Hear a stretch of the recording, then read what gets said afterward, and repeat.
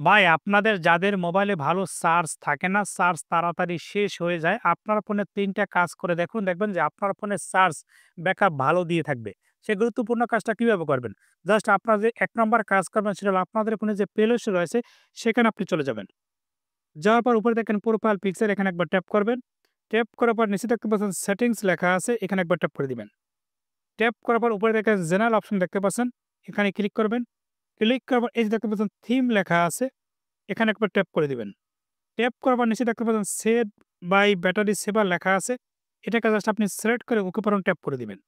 এটা হলো আপনার ১ নাম্বার কাজ। এরপর একটু ব্যাগের দিকে আপনারা যাবেন।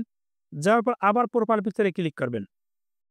ক্লিক করার পর এই যে দেখতে পাচ্ছেন সেটিংসে আবার চলে যাবেন। যাওয়ার পরে এরপর দেখতে পাচ্ছেন লেখা দেখেন নেটওয়ার্ক প্রিফারেন্স দেখতে পাচ্ছেন। এখানে আপনি ক্লিক করে দিবেন। ক্লিক করার পর নিচে দেখতে পাচ্ছেন অটো আপডেট অ্যাপস লেখা আছে। এখানে আপনি ট্যাপ করে দিবেন। ট্যাপ করার পর নিচে দেখতে দেখেন ডন্ট অটো আপডেট অ্যাপস লেখা আছে, এটাকে আপনি সিলেক্ট করে দিবেন। এরপর একটু ব্যাকের দিকে যাবেন।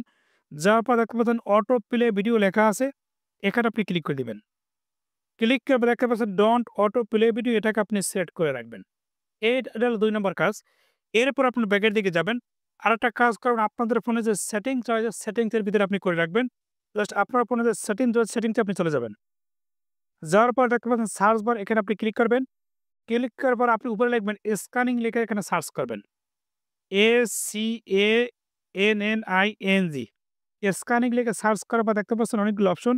এখানে দেখতে পাচ্ছেন লেখা আছে ব্লুটুথ স্ক্যানিং লেখা আছে, এখানে আপনি ক্লিক করে দিবেন। ক্লিক করার পর দেখেন ২ টা অপশন কিন্তু চলে আসে। দেখতে পাচ্ছেন ওয়াইফাই স্ক্যানিং লেখা আছে, দেখেন এটা কিন্তু অন আছে। এরপর দেখতে পাচ্ছেন ব্লুটুথ স্ক্যানিং, এটাও কিন্তু দেখেন অন আছে। আপনার কাজ যেটা, জাস্ট এটাকে আপনি এই ২ টা অপশন আপনি অফ করে দিবেন। এরকম অফ করে দিবেন। অফ করার পর দেখবেন যে এই কাজগুলো যদি আপনি করতে পারেন, তাহলে দেখবেন যে আপনার ফোনের চার্জ তাড়াতাড়ি ভাই আর যাবে না। এরপর আপনাকে কিছু কাজ করে রাখতে হবে। কারণ আপনি যদি অনেকক্ষণ অনলাইনে থাকেন, অর্থাৎ আপনি অনেক সময় ইন্টারনেট আপনি ব্যবহার করতেছেন, দেখবেন যে চার্জ তাড়াতাড়ি স্বাভাবিকভাবে চলে যায়। তারপর আপনি এই কাজগুলো করে রাখবেন এবং আপনার ফোনের যে ব্রাইটনেস রয়েছে, সেটাকে আপনি অনেকটা কমিয়ে রাখবেন। তাহলে দেখবেন যে আপনার ফোনের ব্যাটারির ব্যাকআপ কিন্তু ভালো দিয়ে থাকবে।